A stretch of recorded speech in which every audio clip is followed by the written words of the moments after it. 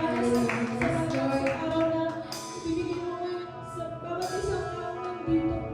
Kahit hindi naman namin, Lord God, hindi ka sa puso namin. Pero mas pinili namin, Lord God, na maramdaman ang presensya mo sa ngayong araw.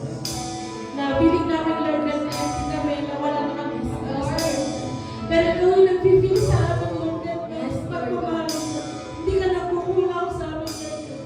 Lalo sa mga anak mo na alam mo, Lord God, na totoo nagsuserve sa'yo.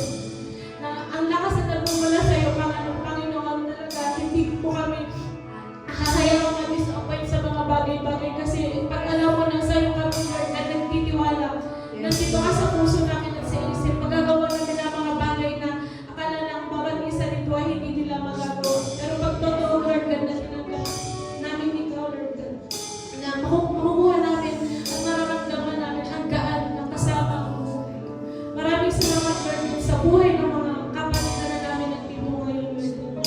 Silang nakarating.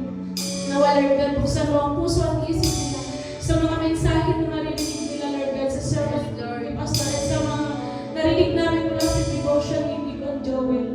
Maraming salamat, Lord God, sa buhay ng worship team na nagbibigay na sa awitin, Lord God, na ipapamahagi namin, Lord God, at nabibigay namin ang mga salita na nanais mo.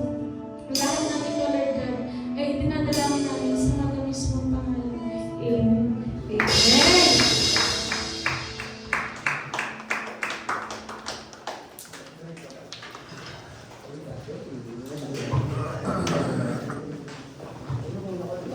Amen. So, pakabuti mo ng ating Panginoon.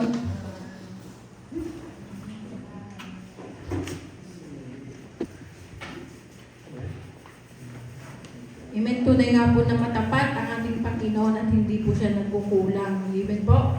So, atin pong buksan ang ating puso at isipan para po sa pakikinig ng salita ng ating Panginoon.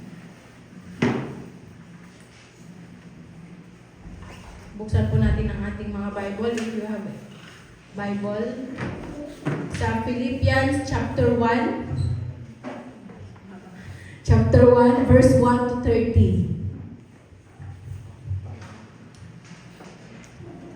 Paul and Timothy, servants of Christ Jesus, to all God's holy people in Christ Jesus of Philippi, together with the overseers and deacons. Grace and